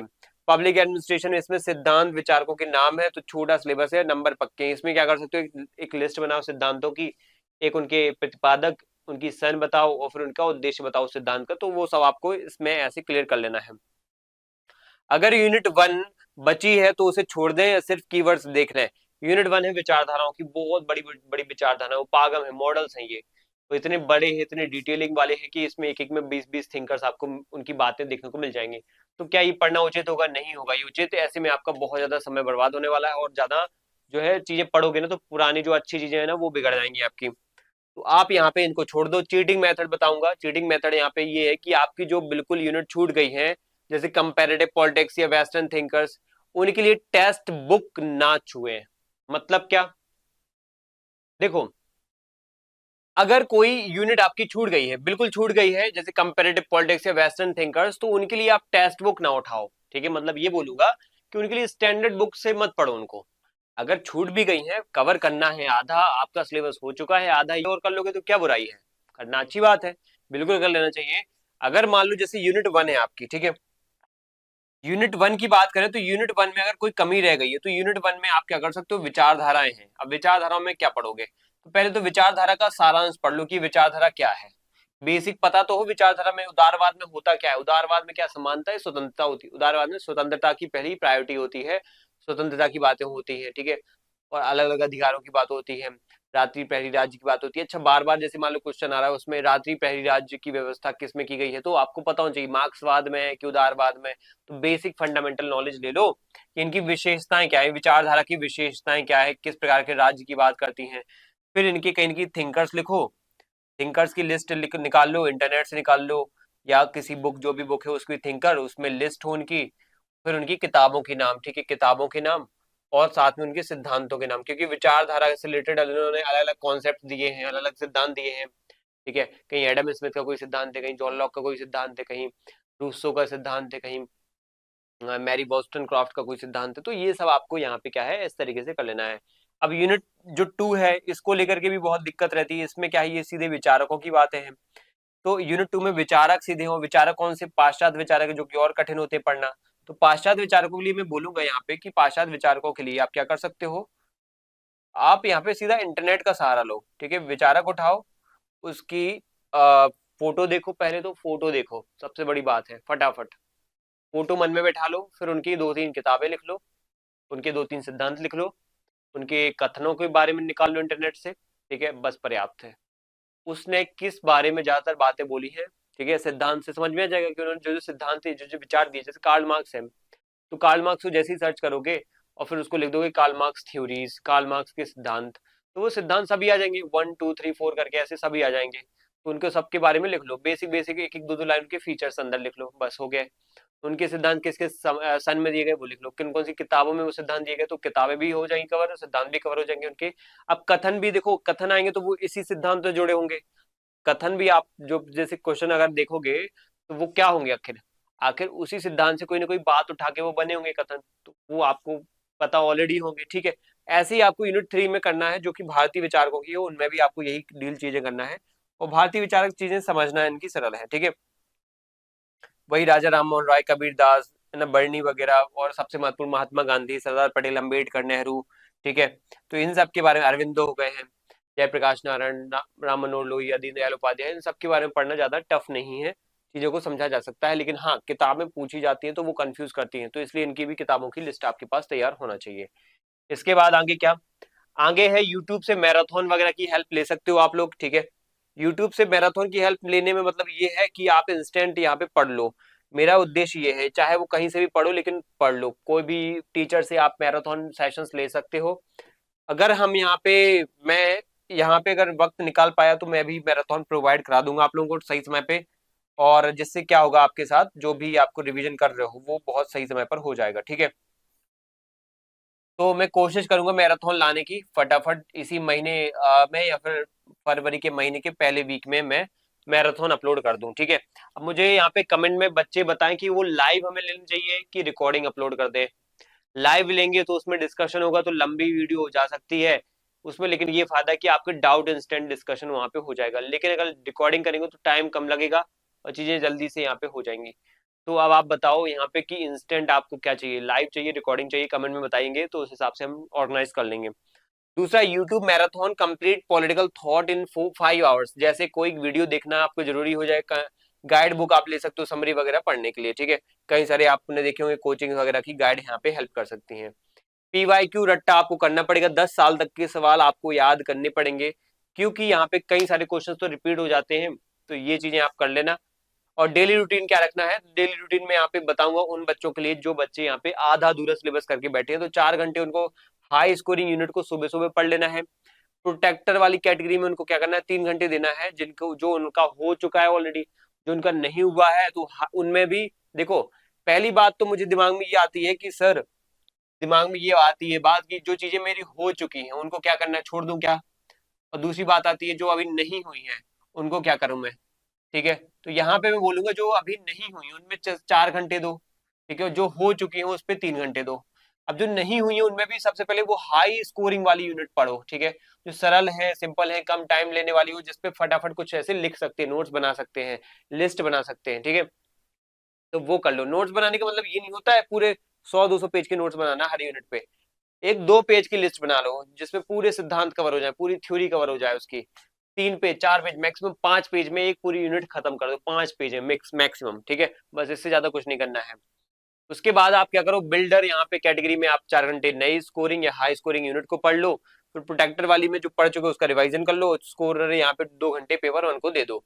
पर्याप्त थे आपके 2 पेपर, दोनों पेपर होते जाएंगे। इसको सोर्स लिमिटेशन रखना है, भटकाव से बचना है, क्योंकि आप कैटेगरी बी वालों की गलती यहाँ पे होती है, मेरा ये टॉपिक पूरा छूट गया है, लाओ तो उसके नोट्स से फोटोकॉपी करा लूं, ये लाओ चलो ये कंटेंट पीडीएफ जो है नोट्स हमें टेलीग्राम पे मिल गया है, या मान लो ये नोट्स बहुत अच्छी लैंग्वेज का लग रहा है तो इसको उठा के पढ़ लेते हैं, वो पुराना वाला त्याग देते हैं। कुछ नहीं होने वाला है ऐसे में, ना तो ये अच्छे से याद रहेगा ना वो अच्छे से याद रहेगा। फिर ये मत करना। यहाँ पे सॉल्यूशंस, आपके पास जो सामग्री है उसी पर भरोसा करें। हाँ, एक बात मैं बोलूंगा कैटेगरी बी वालों के लिए, जो बच्चे यहाँ पे रिवीजन नोट्स के माध्यम से क्या है रिवीजन करना चाहते हो तो हाँ हेल्प ले सकते हैं, वो मैं दे दूंगा आप लोगों को, ठीक है। तो परेशान नहीं होना है, बस वो नोट्स आप यहाँ पे ले सकते हो। क्यों ले सकते हो, क्योंकि वो नोट्स ऐसे हैं कि वो आए हुए क्वेश्चंस के आधार पे बने हुए हैं, तो वो आपको हेल्प ही करेंगे, वो परेशान नहीं करेंगे। उनकी भाषा भी मैंने ऐसी रखी है कि आपको यहाँ पे परेशान ना करे। तो वो भाषा वो पढ़ने के साथ आपको कहानी जैसी लगेगी, इसलिए वो आप पढ़ सकते हो, प्रेफर कर सकते हो। उसमें ऑलरेडी पहले से टेबल बनी हुई है, ये है उसमें पहले से ऐसी लिस्ट बनी हुई है, उसमें पहले से ऐसे थिंकर, उनकी किताबों के नाम, उनकी थ्योरी के नाम, वो सब बने हुए हैं ऑलरेडी। तो निश्चिंत होकर के आप उनको देख सकते हो, समझ सकते हो। इसलिए मैं बोल रहा हूँ कि वो आप परचेस यहाँ पे कर सकते हो, ले सकते हो।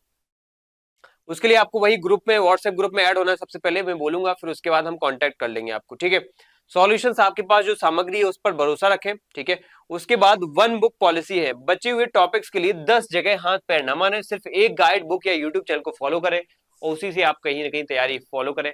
हाँ, यूट्यूब चैनल अलग अलग हो सकते हैं, लेकिन एक गाइड बुक है, जो कंटेंट है वो आप लिमिटेड रखो, ठीक है। तो ये सोर्स लिमिटेशन रखना है। और मॉक टेस्ट स्ट्रेटजी क्या रखनी है, हर 3 दिन में आपको फुल लेंथ टेस्ट और सेक्शनल टेस्ट देते रहना है। फुल लेंथ टेस्ट जो है पेपर जैसे कंप्लीट 150 क्वेश्चन का टेस्ट होता है जो आपको देना है। और सेक्शनल टेस्ट ये है कि जैसे यूनिट वाइज लगा सकते हो आप, टॉपिक वाइज लगा सकते हो। अगर कोई टॉपिक ज्यादा ही वीक है तो टॉपिक वाइज लगा लो, और इसके अच्छे पीडीएफ मैंने ऑलरेडी दे दिए हैं ग्रुप में, तो वो भी आप अवेल कर सकते हो, ठीक है। चलो, इसके बाद यहाँ पे स्कोर का तनाव नहीं लेना है। अगर टेस्ट में नंबर कम आ रहे हैं ना, तो क्योंकि सिलेबस पूरा नहीं हुआ है इसलिए आ रहे हैं, घबराना नहीं है। देखिए कि जो पढ़ा है उसमें गलत ना हो, पढ़े हुए में से ही सही हो रहा हो, तो आप कहीं कहीं कहीं सही रास्ते पे हैं। लेकिन पढ़े हुए में से ही गलत हो रहा है तो सही रास्ते पे नहीं है, आपको रिवाइज नहीं है चीजें, यहीं पे समझ जाओ, हिंट है तुम्हारे लिए, वरना पीछे रह जाओगे और चीजें रह जाएंगी, ठीक है। तो ये दिमाग में रखना। उसके बाद आप समझते हैं,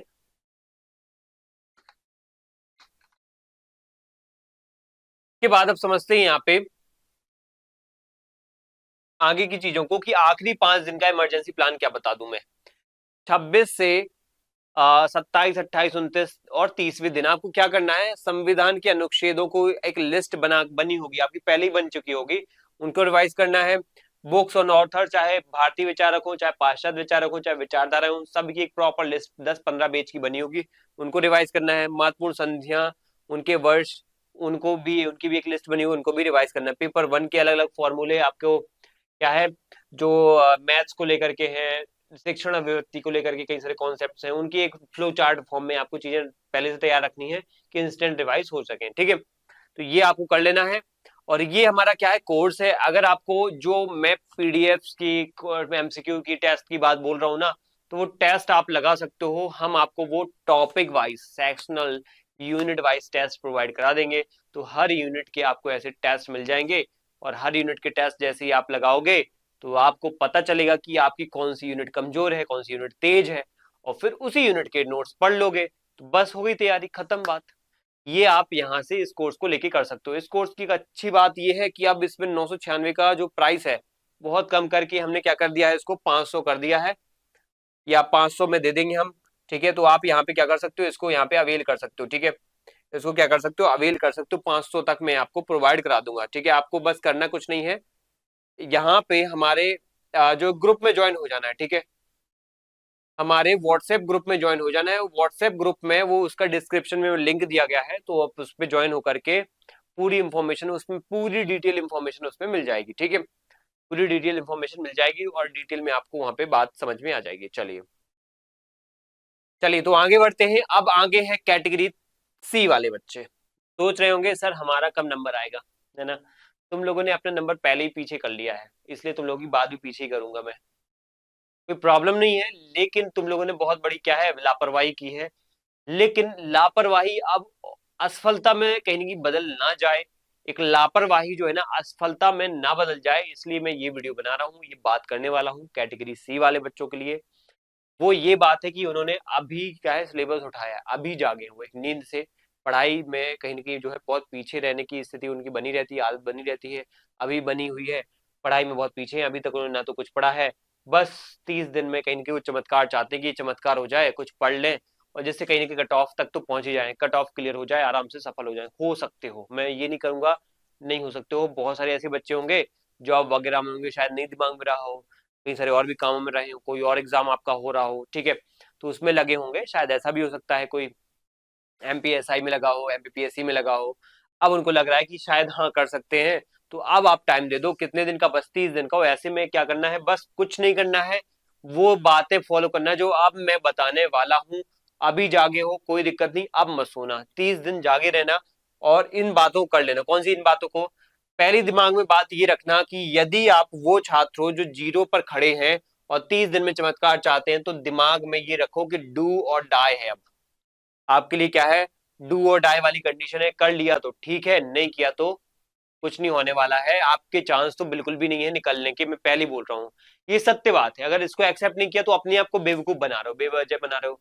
वैसे ही बेवकूफी कर दी है और बेवकूफ बना रहे हो। दुनिया में आए हो तो कुछ ऐसा सोचो, कुछ ऐसा करो जिसमें अपने आप के प्रति ईमानदारी हो। दुनिया के प्रति तो हमें पता है कि हम ईमानदार नहीं है, अपने मम्मी पापा के प्रति ईमानदार नहीं है, अपने करियर को लेकर के ईमानदार नहीं है, लेकिन अपने प्रति तो रहे ईमानदार। माने अंदर से कि हाँ अगर अभी नहीं किया तो चांस नहीं है, भूल जाओ मैं एग्जाम को, बस बेवजह पढ़ रहा हूँ, ठीक है, बेवजह टाइम वेस्ट कर रहा हूँ, इससे अच्छा कुछ और कर लूँ, जो है नौकरी कर लूँ, जॉब कर लूँ दूसरी, ठीक है। सच कड़वा है, 30 दिन में विद्वान तो नहीं बनने वाले, इसलिए विद्वान बनने का ख्याल छोड़ देना कि इसलिए बस पूरा हो जाएगा, ये मत ख्याल रखना, ठीक है। और विद्वान बन जाओगे, स्मार्ट जुआरी बनना पड़ेगा, ये बात जरूर है। विद्वान नहीं बन सकते, स्मार्ट जुआरी बन के भी एग्जाम निकाला जा सकता है। देखो कौटिल ने एक बात बोली थी कि देखो लक्ष्य प्राप्त करना है, लक्ष्य प्राप्त करना है तो आपका जो तरीका है वो कुछ भी हो सकता है, फर्क नहीं पड़ता, ठीक है। तो लक्ष्य तक जाना है तो आपका तरीका चाहे मेहनत करके हो, चाहे ट्रिक यूज करके हो, चाहे चीटिंग करके हो, आप वहां तक जाओ। अब मैं चीटिंग करवा रहा हूँ क्या आपको? नहीं, मैं नकल करवाने की बात नहीं सिखा रहा हूँ, मैं आपको कुछ ऐसे ट्रिक्स, कुछ ऐसे हैक बताऊंगा, कुछ तरीके बताऊंगा जो आपको उस लक्ष्य तक ले जाएंगे। फिर आप विद्वान बनो या ना बनो बात मैटर नहीं करती, आपको यहाँ पे गैम्बलर बनना पड़ेगा, जुआरी टाइप को बनना पड़ेगा। और आपको कुछ रणनीति फॉलो करनी पड़ेगी जिसको बोलते हैं हैक एंड क्रैम, जुगाड़ और रट्टा लगाना पड़ेगा। हैक एंड क्रैम का यूज करना पड़ेगा, जुगाड़ एंड रट्टा, रट्टाफिकेशन करना पड़ेगा। अब ये रट्टाफिकेशन कैसे करेंगे सर? अभी 1 यूनिट 2 यूनिट ऐसे रट्टाफिकेशन करें क्या? नहीं। आपको अगर नंबर चाहिए तो सबसे पहले तो आप दिमाग में रखो कि अभी तक जो कुछ पढ़ा है लेकिन हार मानने को तैयार नहीं है। अभी आपके दिमाग में कुछ ऐसी चीजें चल रही होंगी शायद कि अभी तो मैंने शायद 1 या 2 यूनिट पढ़ी है, लेकिन ऐसा लग रहा है कि शायद हो सकता है समझ में आ गया है। ये मान लो कुछ ऐसी लास्ट यूनिट पढ़ी है, इंटरेस्ट आ रहा है पढ़ने में, मजा तो आ रहा है, लेकिन कर सकता हूँ मैं। तो कर सकते हो, तो इसलिए तो मैं वीडियो लाया हुई है, यही बात बोल रहा हूँ, क्योंकि आपको दिमाग में चल रहा है कि शायद मैं थोड़ा और पढ़ लूँ तो शायद हो सकता है। इसलिए स्थिति आपकी ये है कि हार नहीं मान रहे हो आप, अच्छी बात है ये काबिले तारीफ बात है, ताली बजाने वाली बात है कि फिर भी हार नहीं मान रहे हो, लग रहा है कि कर सकते हैं, तो अच्छी बात है। करो ये, या लक्ष्य ये बनाओ कि आप कट ऑफ पार करना आपका लक्ष्य है। मैन टॉप करने का सपना तो वैसे भी नहीं है, कोई टॉप करने की जरूरत भी नहीं है। लक्ष्य आपका ये होना चाहिए कट ऑफ तक पहुंच जाऊं, लगभग कट ऑफ। अब मैं बोलूं तो आप लेके चलो यहाँ पे 150 में से 100 नंबर का, ठीक है। 150 में से 100 नंबर या 110 नंबर का लेके चलो, बहुत अच्छी बात होगी। बोलोगे ज्यादा है सर, लेकिन फिर भी लेके चलो, कोई दिक्कत नहीं है। पहले पेपर में कोशिश करो 35 से 40, दूसरे पेपर में कोशिश करो 70 से 75, ठीक है। 35 से 40 और 70 से 75 दूसरे पेपर में। कैसे होगा ये? देखो इसके लिए हम क्या करें, माइंडसेट रखें हार्ड वर्क का, ठीक है। हार्ड वर्क का माइंडसेट रखें, और टाइम अब जो है दिमाग में ये रखें हार्ड वर्क का कि हार्ड वर्क करना पड़ेगा, लेकिन उसमें भी हमें मुख्य रूप से डर्टी वर्क भी अपनाना पड़ेगा। मैन हार्ड वर्क, अकेले हार्ड वर्क से काम नहीं चलेगा, अकेले हार्ड वर्क से काम नहीं चलेगा। हार्ड वर्क करो, ठीक है, लेकिन उसके साथ डर्टी वर्क और स्मार्ट वर्क करना पड़ेगा। डर्टी वर्क क्या होता है? डर्टी वर्क होता है रट्टाफिकेशन। देखो सेट की दुनिया में, नेट की दुनिया में, असिस्टेंट प्रोफेसर की दुनिया में रट्टा वाली चीजें नहीं चलती हैं ज्यादा, ठीक है। क्यों नहीं चलती? क्योंकि यहाँ पे समझ जितनी अच्छी होगी ना, उतना ही आगे जाके ही फायदा मिलता है, कॉन्सेप्चुअल चीजें क्लियर होती हैं तो चीजें फिर याद भी होती हैं। देखो ऐसे लिस्ट बना के चीजें, हर चीज याद नहीं की जा सकती है, ठीक है। वरना फिर तो ऐसे में दुनिया का हर एग्जाम कोई ना कोई हर एक व्यक्ति निकाल लेता रट्टा मार के, 50-100 पेज की ऐसी लिस्ट बना डालता, 50-10 पेज की ऐसी कोई इकोनॉमी की लिस्ट, ऐसे 10 पेज 15 पेज की ऐसी कोई ज्योग्राफी की लिस्ट, 15-20 पेज की एक पॉलिटी की लिस्ट बना के यूपीएससी निकाल देता। नहीं, ऐसे एग्जाम नहीं निकलता है। चीजें समझनी पड़ेंगी, तभी तो चीजें, लिस्ट भी तब याद होती है जब चीजें समझी होंगी। लेकिन अब हमें क्या करना है, अब हमें चीजें समझने का मौका नहीं है। हाँ इतना बोलूंगा कि हार्ड वर्क कर लो चीजों को थोड़ा सा सारांश पढ़ने में, चीजों की समरी पढ़ने में, समरी समरी पढ़ लो सबकी, और सबका क्या करो, रट्टाफिकेशन करो, सभी यूनिट्स के सिंपल लिस्ट या टेबुलर फॉर्म में नोट्स बना के रख लो। उनका आप क्या करो, रट्टाफिकेशन करो। रट्टाफिकेशन ही होता है यहाँ पे डर्टी क्या है, वर्क या फिर स्मार्ट वर्क, ठीक है। अगर ये कर लेते हो तो फिर बहुत अच्छी बात है। अब रेड अलर्ट समझो, रेड अलर्ट क्या है यहाँ पे? अगर आपने अब लक्ष्मीकांत ओपी गौबाई एग्नू के नोट्स पढ़ने का प्लान बनाया है ना, तो आप रेस से बाहर मान लो अपने आप को। अभी भी यहाँ पे एक नशा चढ़ा हुआ है, मैं तो ये बुक पढ़ूंगा, मैं तो वो बुक पढ़ूंगा। अभी सर एक बुक बता दो, एक नोट्स बता दो। अभी बच्चे कुछ पूछते हैं मुझसे कि सर बुक तो बताओ, कोई कौन सी बुक लूं, स्टैंडर्ड बुक्स, ठीक है। अरे बेवकूफों की तरह पहले भी गलती कर चुके हैं, अब और गलती कर रहे हैं कि बुक्स पढ़नी है, कौन सी बुक पढ़ूं कौन सी बुक ना पढ़ूं। मत पढ़ना, इससे अच्छा एग्जाम ही मत दो अगर बुक पढ़ के जाना है तो, बेवजह और नंबर नहीं आएंगे। एक यूनिट के लिए 500 पेज की बुक पढ़ना क्या सही है, क्या क्या स्मार्टनेस है, क्या बेवकूफी है ये। इसलिए आपको यहाँ पे हथियार सिर्फ सॉल्व पेपर रखने हैं दिमाग में। यही है मेरी बुक, यही मेरी रामायण, यही मेरी Mahabharata. Solve paper, solve papers कहाँ मिलेंगे? सॉल्व पेपर सबसे बेहतरीन तरीके से मैं खुद दूंगा आपको, और मैं दे चुका हूं ऑलरेडी कई सारे बच्चों को। यही बात मैं बोल रहा हूँ बार बार। वो सॉल्व पेपर्स आए हुए प्रश्नों पे बनाए गए हैं, या कुछ ऐसे मॉडल क्वेश्चंस बनाए गए हैं जो एग्जाम में आ सकते हैं, या जिनसे कहीं ना कहीं आपकी थ्योरी तो एटलीस्ट कवर हो ही जाएगी, आपकी कॉन्सेप्ट क्लियर हो जाएंगे। तो एक क्वेश्चन, उनके 4 ऑप्शन, उनकी व्याख्या, उनकी डिटेल में उत्तर और व्याख्या सहित तो स्टैटिक फैक्ट्स के साथ बताओ। क्वेश्चंस के तौर पे ही आप बहुत सारे कंटेंट को कवर कर लोगे। ये है इसका तरीका, इसका हथियार सॉल्व पेपर्स का, जो कि मैं आपको देने वाला हूं। हमारे ग्रुप में जुड़ जाओ, बस उसी में आपको प्रोवाइड हो जाएंगे, उसी में हमसे कांटेक्ट करके आप यहाँ पे ले सकते हो, ठीक है। वो हमारा ग्रुप का जो लिंक है वो डिस्क्रिप्शन में आपको मिल जाएगा, ठीक है। व्हाट्सएप ग्रुप है। यूजीसी नेट और एमपी सेट के सॉल्व पेपर्स आप यहाँ पे लगा सकते हो। जरूरत पड़े तो यहाँ पे यूथ कंपटीशन के भी हेल्प ले सकते हो। लेकिन यूथ कंपटीशन में दिक्कत ये है कि उसमें यूनिट वाइज या टॉपिक वाइज एमसीक्यूज नहीं है। मुझे तो कोई पर्टिकुलर टॉपिक से पढ़ने हैं, कोई यूनिट से पढ़ने, तो मैं ऐसे में क्या करूँ, तो ऐसे में आप हमारे नोट्स को फॉलो, हमारे पीडीएफ नोट्स को फॉलो कर सकते हो, जिसमें मैं क्या करूंगा, यहाँ पे आपको टॉपिक वाइज चीजें दूंगा, ठीक है। इसके बाद आपको रणनीति अपनानी है। थ्योरी पढ़कर सवाल करना जो है, हल करना है, यहाँ पे भूल जाइए कि पहले थ्योरी पढ़ी फिर सवाल करना है। लेकिन नहीं, ऐसा नहीं करना है। पहले सवाल को पढ़ो, रटो, फिर आपको थ्योरी समझनी है। सवाल देखो आया कहां से, कितनी गहराई से आया है, नेचर क्या है उसका, पूछने का तरीका क्या है, क्या पूछी गई ये बातें, इनको देखोगे तभी तो आप उसको थ्योरी को गहराई से पढ़ पाओगे। मान लो क्वेश्चन पूछा है बहुत ही गहरा, और आप उस चीज को पढ़ के चले गए बहुत नॉर्मल सा, क्या फायदा। और मान लो कि एग्जाम में पूछा गया बहुत ही ऊपर से, एग्जाम में पढ़े जा रहे हो आप बहुत गहराई में, तो उसी में अटके हुए हो, उसी में अटके हुए हो, लग रहा है कि गहराई में क्वेश्चन पूछेगा, पूछ लेगा वो नॉर्मल सा। तो ऐसे में आपको ये पता कैसे चलेगा कि एग्जाम में कोई भी विचारधारा से क्वेश्चन कैसे आते हैं। लोकतंत्र, उदारवाद, मार्क्सवाद से तो बहुत गहरे क्वेश्चन आते हैं, लेकिन बहुसंस्कृतिवाद, नारीवाद से नॉर्मल से क्वेश्चन आ जाते हैं। तो हर थ्योरी को गहराई से, हर विचार को गहराई से पढ़ना जरूरी नहीं है। अम्बेडकर, गांधी, कौटिल्य के बारे में गहराई से पूछेंगे, लेकिन कबीरदास, बर्नी, ठीक है, इन सब के बारे में गहराई से नहीं पूछेंगे। तो ये चीजें हमें पता होना चाहिए। यहाँ पे हमें गहराई हर एक बात को लेकर के समझनी पड़ेगी। तो ये बताएंगे कौन गहराई, किसी भी एग्जाम में क्वेश्चंस की गहराई कौन बताएगा? ये क्वेश्चंस ही बताएंगे जो पिछले एग्जाम, पिछले सालों के एग्जाम में आए हुए हैं, पीवाईक्यूज वगैरह। अब आता है ब्रह्मास्त्र। आपका पीवाईक्यू अटैक का ब्रह्मास्त्र चलना ही चाहिए, ठीक है। पीवाईक्यू अटैक का ब्रह्मास्त्र बिल्कुल चलना चाहिए। इसमें आपको सोर्स लेना है समर्पण पॉलिटिकल साइंस सॉल्व पेपर्स को, और ये चैप्टर वाइज, टॉपिक वाइज आपको पीवाईक्यू मिल जाएंगे। आप चाहो तो हमारा जो ये है मेंटरशिप प्रोग्राम भी ले सकते हो, और जरूरत पड़े तो यूथ कंपटीशन टाइम्स की वाईसीटी की बुक भी ले सकते हो, जो कि आपको मार्केट में मिल जाएगी। लेकिन वही दिक्कत है कि मिक्स्ड रहते हैं उसमें क्वेश्चन, बिल्कुल पेपर टाइप का। तो मिक्स्ड के लिए ठीक है, लेकिन आपको यहाँ पे अगर टॉपिक वाइज, यूनिट वाइज लगाने हैं, तो यहाँ पे समर्पण मेंटरशिप से आप वो अवेल कर सकते हो, ठीक है। सीधे सवाल पढ़ लो आप, ठीक है, उसका उत्तर दो, देखो, फिर उसकी व्याख्या पढ़ो और उसमें घोंट कर उसको पी जाओ। ये तरीका मिलेगा आपको यहाँ, सिर्फ यहाँ पे समर्पण पॉलिटिकल साइंस के द्वारा मेरे दिए गए जो पीडीएफ एमसीक्यू क्वेश्चंस हैं, उसमें आपको सवाल मिलेगा, विकल्प मिलेगा, उत्तर मिलेगा, फिर उसके बाद व्याख्या मिलेगी, और व्याख्या इतनी डिटेल मिलेगी कि आप उसी को पढ़ लोगे तो कई सारी चीजें तो वहीं क्लियर हो जाएंगी। गणित यहाँ पे ये है कि अगर आप पिछले 10 साल के पेपर रट लेते हो, 35 से 40% सवाल तो यहीं से आ जाएंगे, और इनमें से ही मिलते जुलते होंगे, या तो वही सवाल होंगे या उससे मिलते जुलते विचारधारा पे ही क्वेश्चन होंगे। तो ये आपको क्या है, कर लेना है, ठीक है।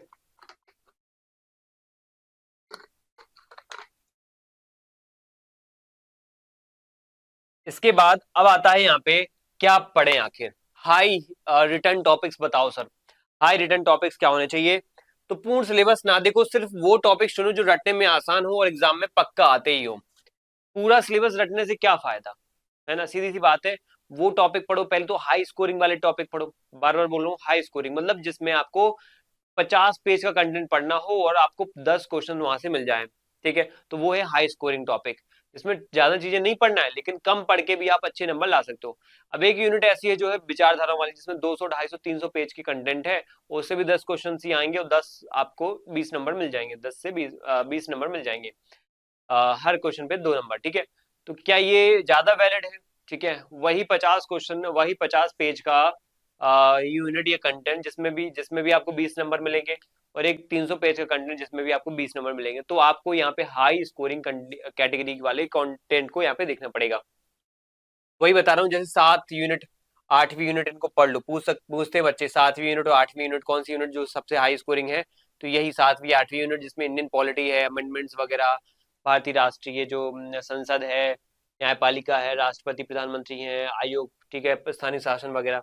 बुक्स एंड ऑथर देख लो आप, हर 5-7 साल के मैच द फॉलोइंग क्वेश्चन ऐसे आ जाते हैं, 5-7 सवाल ऐसे आ जाते हैं जो मैच द फॉलोइंग बेस्ड होते हैं। किताब पूछेंगे, उनके ऑथर पूछेंगे, ऑथर पूछेंगे तो किताब पूछेंगे, उनके ऑथर पूछेंगे तो सिद्धांत पूछेंगे, तो ऐसे क्वेश्चन आ जाते हैं। इंडियन पॉलिटिकल थॉट को लेकर के यूनिट 3 वाली जो क्वेश्चन है, टॉपिक यूनिट है जिसमें गांधी, अंबेडकर और कौटिल्य से प्रश्न आना ही है। ठीक है, कहां से प्रश्न आना है? गांधी, कौटिल्य और अंबेडकर से प्रश्न आना ही, इनको पढ़ ही लेना है। फिर इंटरनेशनल ऑर्गेनाइजेशन यानी unit 5, United Nation, SAARC, EU, ASEAN, इनके हेडक्वार्टर और स्थापना वर्ष पूछे ही जाने हैं, ये आपको पढ़ लेना है। इनकी जरूरत पड़े तो लिस्ट बना ही लेना है। ये ऐसे टॉपिक है जो आपको जरूरी है दिमाग में रखना है। ऐसे बड़े बड़े ऑर्गेनाइजेशन, विचारक और ये जो 7-8 यूनिट यानी 3, 5, 7, 8 ये यूनिट नॉर्मली आप कर सकते हो कवर, कोई ज्यादा टफ नहीं है। बस एक लिस्ट बना करके क्या छोड़ना है आपको, जो छोड़ना ही है। टॉपिक्स को पढ़ने की गलती ना करें, ये समस्या है, समय खा जाएंगे और समझ में ही नहीं आएंगे। जैसे कि आपको मैं बोलूं जो रॉल्स का जस्टिस, मान लो विचारक पढ़ रहे हो, पाश्चात्य विचारक, सभी विचारक टफ नहीं है, लेकिन जैसे कुछ विचारक अरस्तु के सिद्धांत, न्याय के सिद्धांत, ठीक है। अब मान लो यहाँ पे जो है जनरल विल की थ्योरी नहीं आ रही समझ में, जॉन रॉल्स का ज्ञान का पर्दा समझ नहीं आ रहा है, या फिर थ्योरी ऑफ जस्टिस समझ नहीं आ रही है, हैबरमास का यहाँ पे जो डेलिब्रेटिव डेमोक्रेसी है या विमर्शी लोकतंत्र है वो समझ नहीं आ रहा है। तो ये हमें कहीं नहीं समझना, थोड़ा सा टेक्निकल हो जाता है, टफ हो जाता है, तो ऐसे में हमें इनको जो है थोड़ा नाम नाम देख लेना है, क्योंकि आ तो सकते हैं यहाँ से क्वेश्चन, नाम थ्योरी किताब बस, लेकिन इनको ज्यादा डिटेल में मत जाना। उनके जैसे अब विचारक उठाए, उनकी किताब उठा ली, उनके सिद्धांत का नाम उठा ली, बस पर्याप्त है। थोड़ा सा समराइज करके उसको देख लिया। ज्यादा डिटेल थ्योरी में जाओगे तो दिक्कत हो जाएगी। डीप कंपैरेटिव पॉलिटिक्स, गहराई में जैसे सिस्टम थ्योरी है, सिस्टम अप्रोच है, डेविड ईस्टन की इनपुट आउटपुट थ्योरी है। कंपैरेटिव पॉलिटिक्स में जैसे स्ट्रक्चरल फंक्शनलिज्म है, सिडनी वर्बा, आमंड वगैरह की थ्योरीज है, इन सबको आप क्या है स्किप करो, यहाँ पे डिटेल में मत जाओ। यहाँ पे भी नाम फॉलो करो, बस नाम, सिद्धांत। पब्लिक पॉलिसी को लेकर के पूरी तरह छोड़ दो इनको, इनके बस पीवाईक्यू देख लेना। जैसे मान लो मनरेगा से क्वेश्चन आया, लोकपाल से क्वेश्चन आया, भ्रष्टाचार से क्वेश्चन आया, तो क्वेश्चंस के आधार पर चीजों को पढ़ लो, ज्यादा डिटेल में जाने की जरूरत नहीं है, क्योंकि ये भी बहुत बड़ा लेंथी टॉपिक हो जाता है। ठीक है, इसके बाद पेपर 1 और आपका तारनहार, ठीक है जो है आपका तारनहार।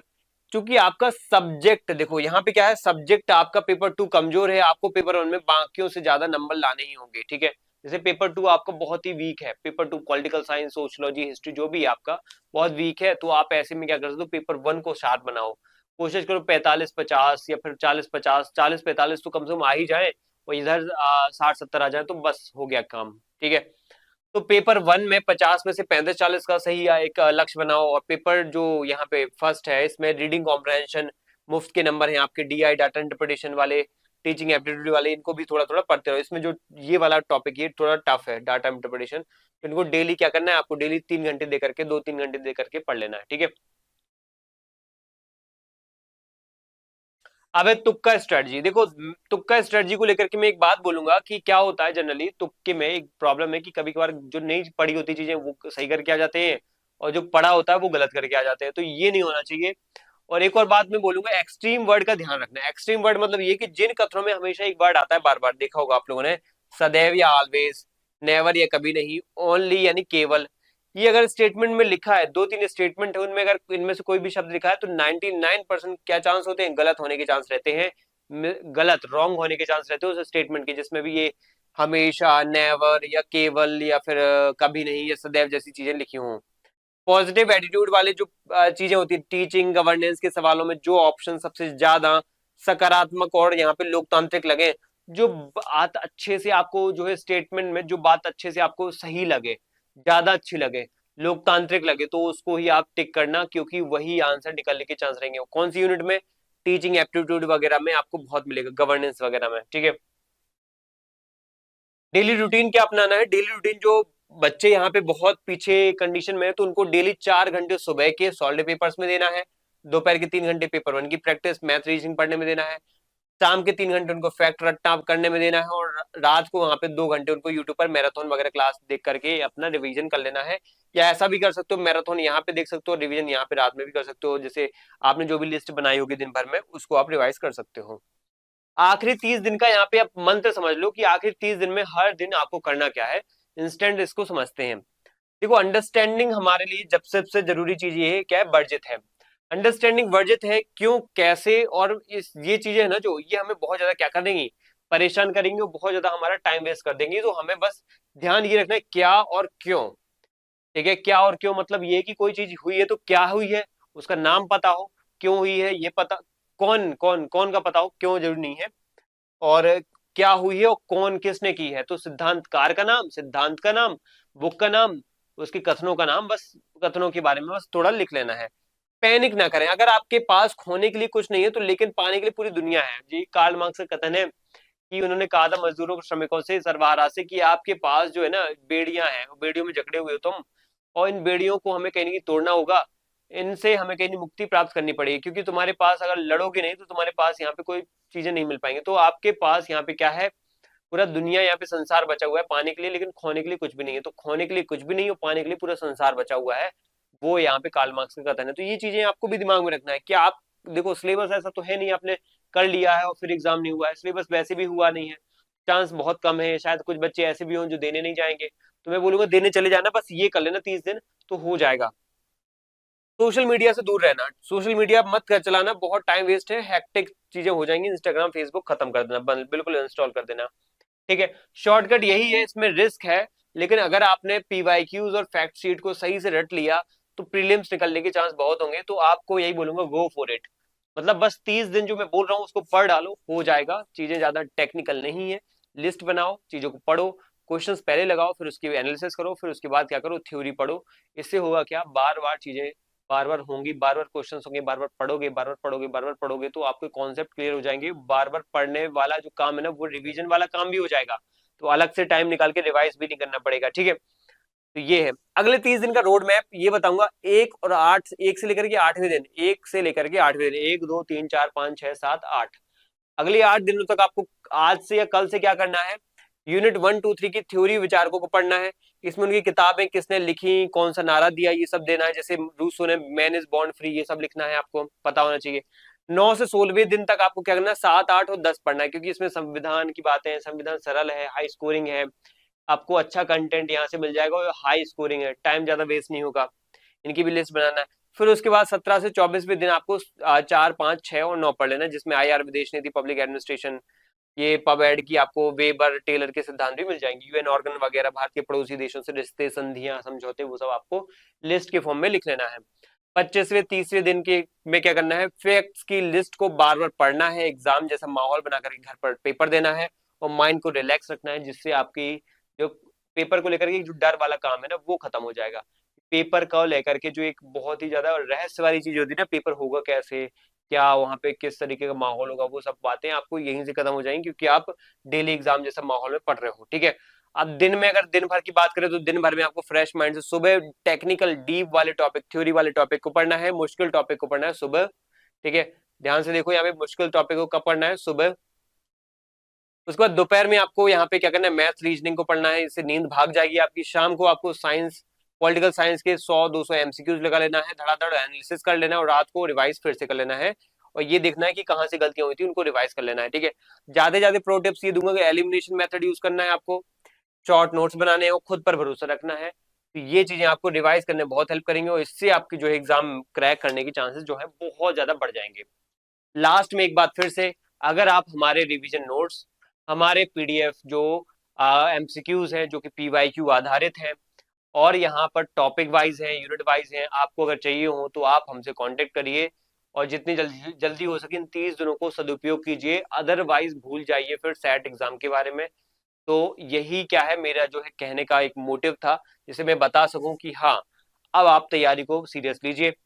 और इसके बाद ये असिस्टेंट प्रोफेसर का जो एग्जाम है, ये आएगा आपका अगस्त महीने में। तो इसकी अगर आपको एग्जाम देनी है ना, तो आपको सेट निकालना पड़ेगा, और सेट नहीं निकला तो फिर ये एग्जाम, क्लास 10 का एग्जाम देने नहीं मिलेगा।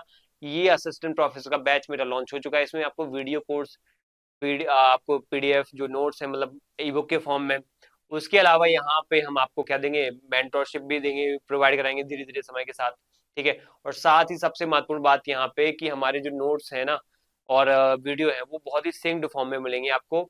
Topic wise notes, topic wise आपको वीडियो लेक्चर्स और डिटेल मिलेंगे। 400 से 450 लेक्चर्स की श्रृंखला होने वाली है ये।